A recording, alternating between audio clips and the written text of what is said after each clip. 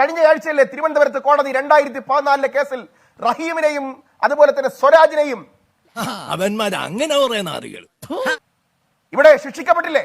7000 പിഴയടക്കാൻ പറഞ്ഞില്ലേ? 2014 പൊതുമുതൽ നശിപ്പിച്ച കേസിൽ. അതിനകത്തൊരു ആക്കലുണ്ടല്ലോ.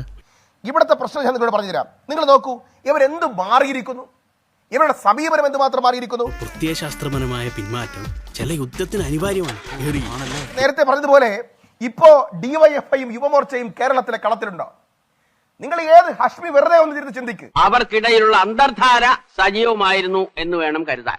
സമരത്തിന് തീഷ്ണത കൂട്ടുന്ന യൂത്ത് കോൺഗ്രസിന്റെ സ്പേസിൽ യൂത്ത് കോൺഗ്രസ് മാത്രമേ ഉള്ളൂ. യുവമോർച്ച ഉണ്ടോ?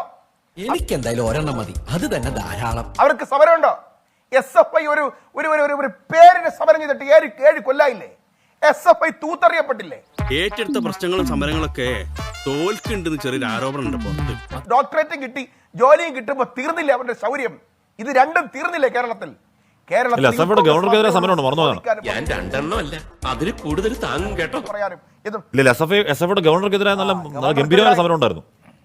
ഗംഭീരമായ സമരം. ഗവർണർക്കെതിരായി സമരം ചെയ്യുന്ന വെറുതെ ചിരിപ്പിക്കരുത്. ഇന്ന് ഗവർണർക്കെതിരായിട്ട് കരിങ്കൊടി കാണിച്ചാൽ അത് നല്ല കരിങ്കൊടിയും പിണറായി വിജയനെതിരെയും തമ്പുരാന് മഹാചക്രവർത്തിക്കെതിരായി ആരെങ്കിലും കരിങ്കൊടി കാണിച്ചാൽ അത് തീവ്രവാദ പ്രവർത്തനം അല്ലേ? ഇതാണ് നിങ്ങളുടെ സമീപനം. ക്രൂരമായി പീഡിപ്പിച്ചു ഡിവൈഎഫ്ഐയുടെ ജില്ലാ നേതാവ്. അയാളെ കുറ്റസമ്മതം വഴിയുണ്ട്. അവന്റെ ശാസ്ത്രീയ ജീവിതകാലത്ത് നന്നാവില്ല. പറഞ്ഞു ഇയാള് തന്നെയാകാം, പക്ഷെ എനിക്ക് ശിക്ഷിക്കാൻ പറ്റുമുള്ള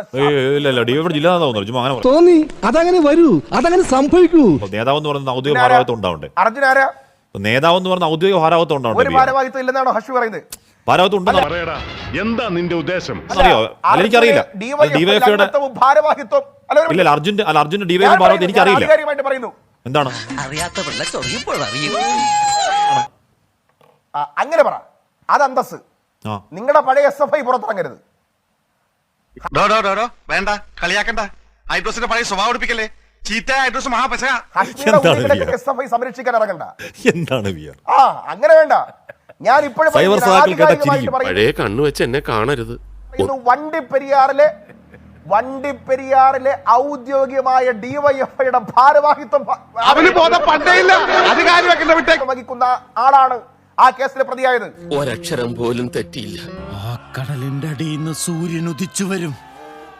സൂര്യന്റെ തീ ഈ കോട്ട ചാമ്പലാക്കും.